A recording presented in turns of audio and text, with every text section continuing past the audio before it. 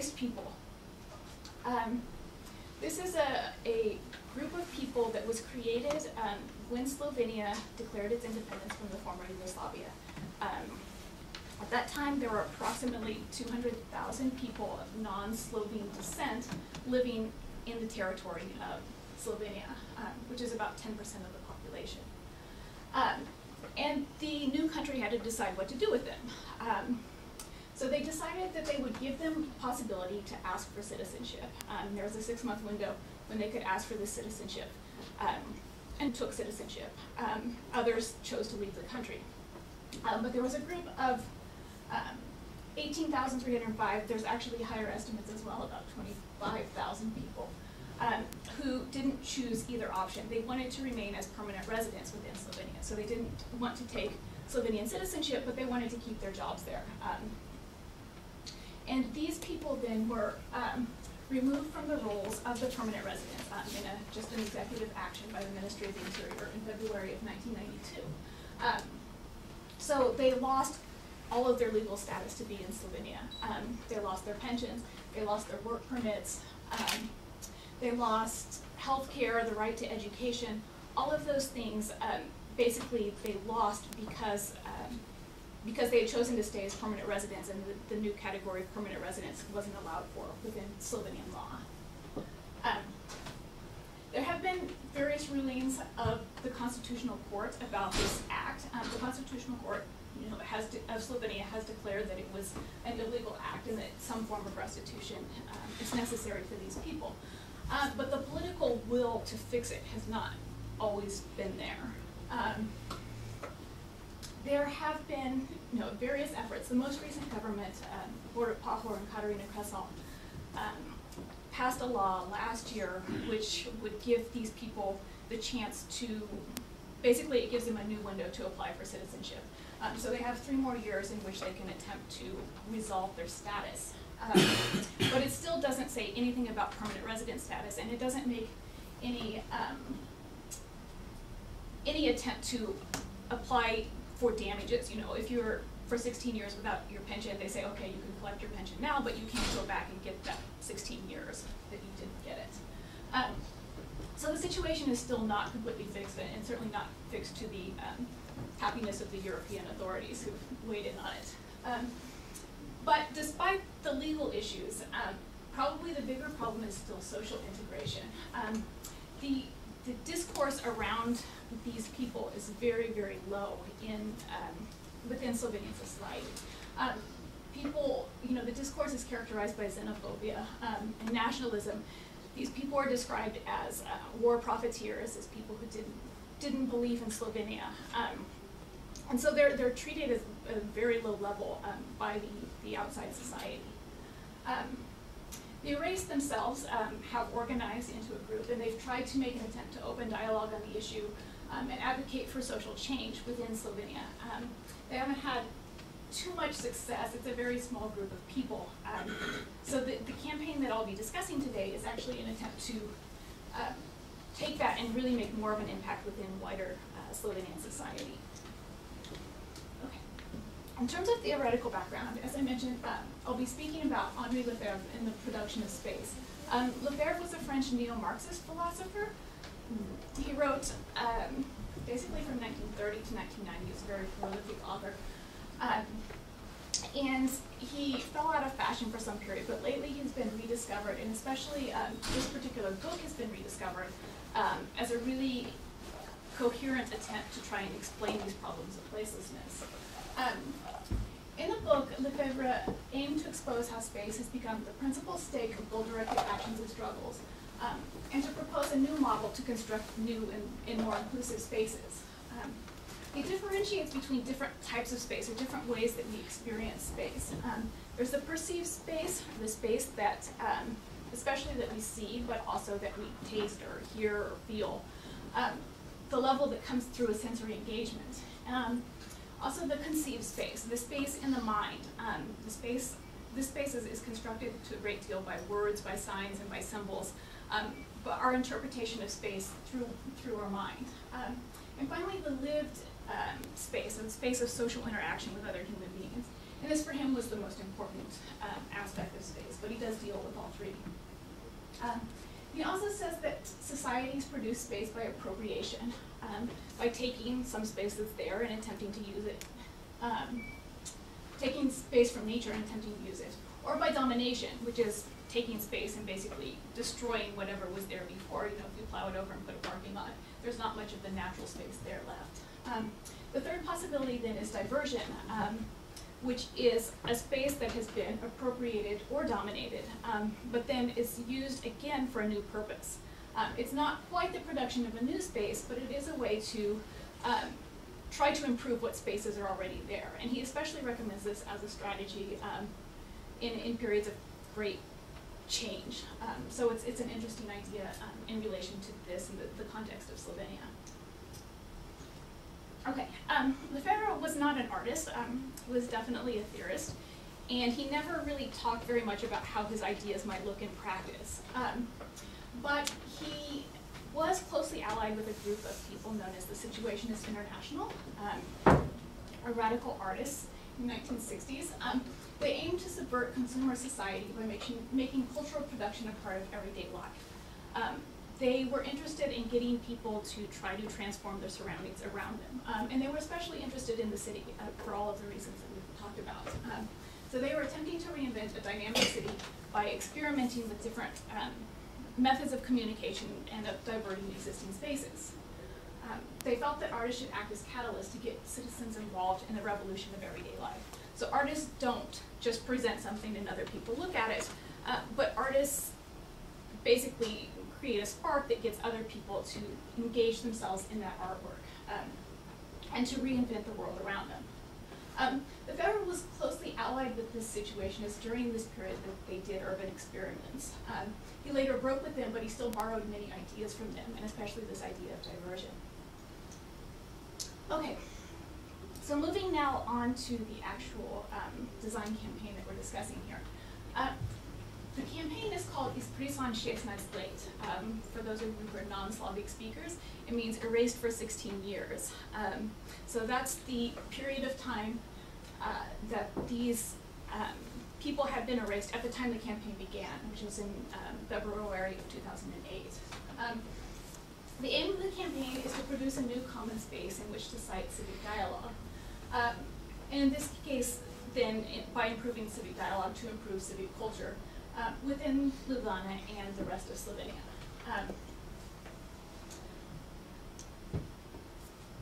The campaign was conceived by the design studio Koper in partnership with the Peace Institute, Amnesty International Slovenia, and the city of Ljubljana. It's a really interesting group of people there. We have a commercial design firm, 2 NGOs, and a municipal government.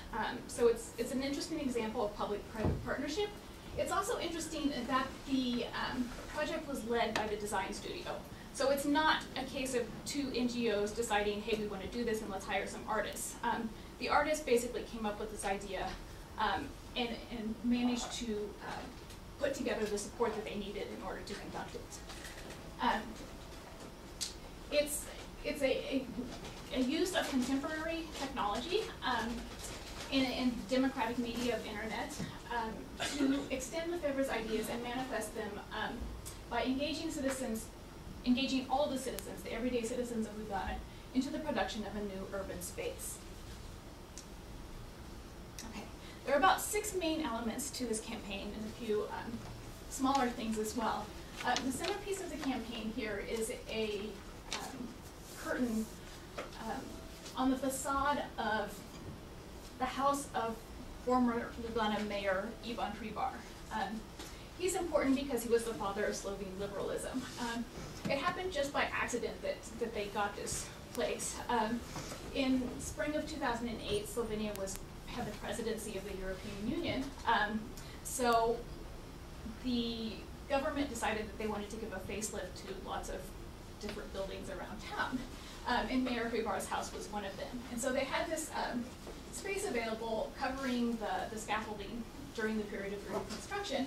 And they said, they offered it then to the artists for this campaign. So you can see here, they have, the campaign is based on a series of stories from the erased people. It's a very neutral language. They're just trying to tell the stories of these people without any sort of interpretation at all. Yes, to read you one of them, this one here at the end says, when my information was not in the register of Slovenian citizens, nor in the register of residents, I thought that it was one of those bureaucratic mistakes, which takes a person an added hour or so, but not 16 years. So these are the kinds of stories that they have. There's also one on the left here. It says, all of a sudden I stopped receiving my maternity leave allowance. I got the pink slip. I took my children to my parents in Croatia because I was not able to provide for them anymore. My daughter refuses to have any contact with me, but I still talk to my son over the phone. So it's just basic stories of the everyday life of these people, trying to be able to present them in a less political manner. It's very ironic and somehow amusing and very appropriate. The government let the design campaign have this this space. They said until they could find an advertiser who would pay for the space. And so after about a month that this was up, they finally found an advertiser, but only for half of the space. So they got an ad that covers half of the curtain, but the other half still remains. The ad is for a tourist agency advertising beach vacations. So you have on the right side a happy family frolicking in the beach, and you have on the left side the story of the woman who's in Croatia, stuck in Croatia, home with fantastic beach vacations, and she can't go back to Slovenia to spend time with her family. So it's a really nice contrast that happened completely by accident, and it just shows some of the fun of working in urban spaces. Okay, the next thing that they did consists also of the same stories. These stories were placed on different bus stops around town, mainly throughout the center of the city. And so it says here, in the year 2001, they gave me back my citizenship. Now I'm wholly a different person. When the policemen stop me, I give them my documents, they look at them, say thanks, and let me go. So again, it's the same kind of simple story in a space that's often encountered by people throughout daily life. They also created these shop window silhouettes. These don't have stories on them. They have slightly different text. It says 18,305 erased pasts. How many waiting futures? How long until the futures are erased? And then followed by the website address, which you've seen before. The idea was to take these silhouettes and put them up in different shop windows all over town. But when the artists approached people who owned these windows, they were very, very, very reluctant to get involved. So they finally managed to put 3 up in a building that was owned by the city just down the street from that first Mayor Krivar's house sign. But then the city asked them to take it down 2 days later because people had been trying to break the windows. So in the end, there were only a few of these put up in the city. This one is in an abandoned shop window right down in the main center of the city. And there were also 2 put up in the windows of Schutz Gallery, which is a contemporary gallery, also in the center of the city. They have signs also on traffic lights, the light that you push to get a walk signal. They basically pasted over the existing instructions, and it says now, push the button and wait for infinity.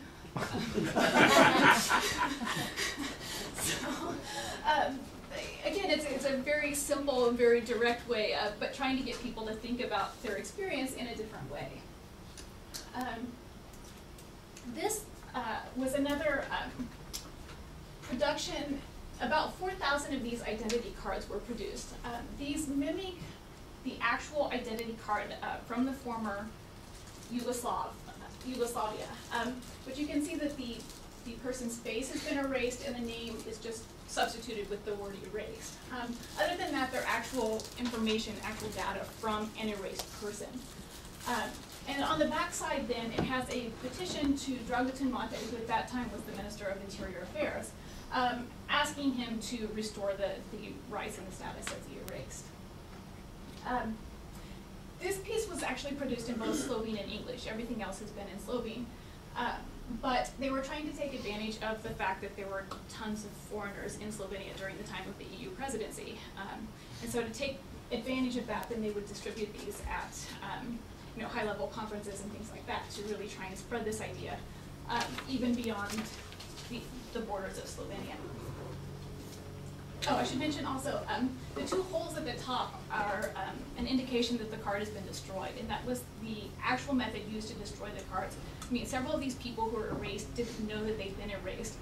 They left the country and tried to come back, and people stopped them and said, okay, we're going to tear up your cards, and then you don't have documents anymore. So that was the actual method that was used there. Then we have the website, which was a second sort of focal point for this campaign.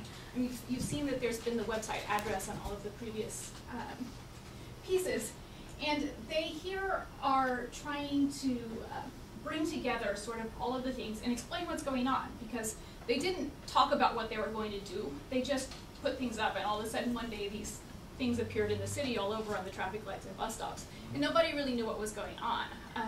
So it created a sort of curiosity, which then they hope to channel for people to come back to the website. So they have different things here. They had more of the stories there, the actual facts about what happened, and the people who created the campaign, because that was never listed anywhere else on any of the other materials. But the important section is also the section on participate, really trying to invite people, not just, again, to look at this, but to get involved in it in some way. So there was an online petition people could sign towards the Interior Minister. There was also a message board for comments, and people could leave comments there. They also recruited comments from prominent Slovenes, politicians, but also authors, artists, trying to get that dialogue going in some sort of virtual space. And finally, there was a space where you could print out copies of these posters and silhouettes and things like that and stick them up wherever you felt like you wanted to add to bring that campaign. So there's a lot of room there for people to actually engage with the campaign and take it one step further than just being passive consumers. The last element of the campaign involved taking out ads in major newspapers. And this is the newspaper Finance. Again, we have the format of two stories. The third here is not a story from an erase, but it's a comment then from a prominent Slovene writer in this case. And so we have sort of a similar but also a slight change in that it's bringing together for the first time the voices of both the erased people and the Slovenes in the same public forum.